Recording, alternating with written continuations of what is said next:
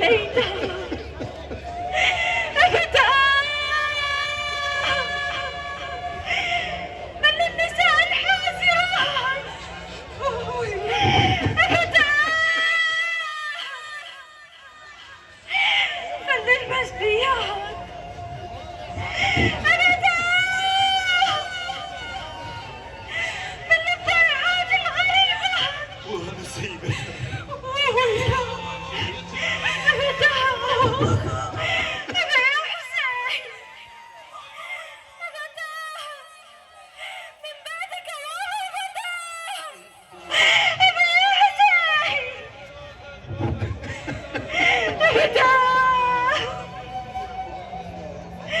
ليتني كنت فداء لك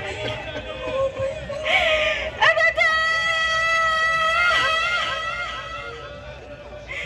ليتني كنت قبل هذا اليوم عمياء أبدا.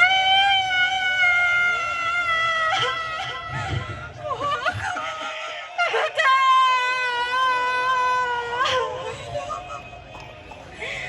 أبدا.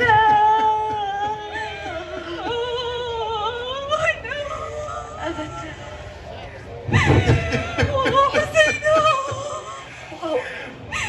عمتي زينب، عمتي زينب، ارفعي اختي عن راس ابي. يا ابن أخي، هذا تواضع معي. عمتي زينب، عظم الله لك الاجر ان اختي قد فارقت الحياه على راس والدي.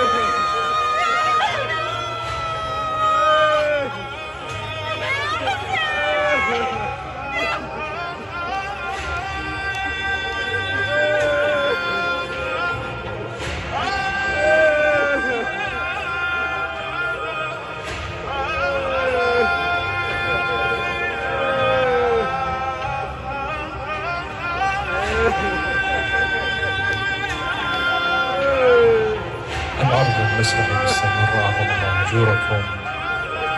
نحن بانتظار المشهد الرابع والأخير، وهو مشهد رجوع الصبايا وجابر الأنصاري إلى أرض كربلاء. المشهد القادم إن شاء الله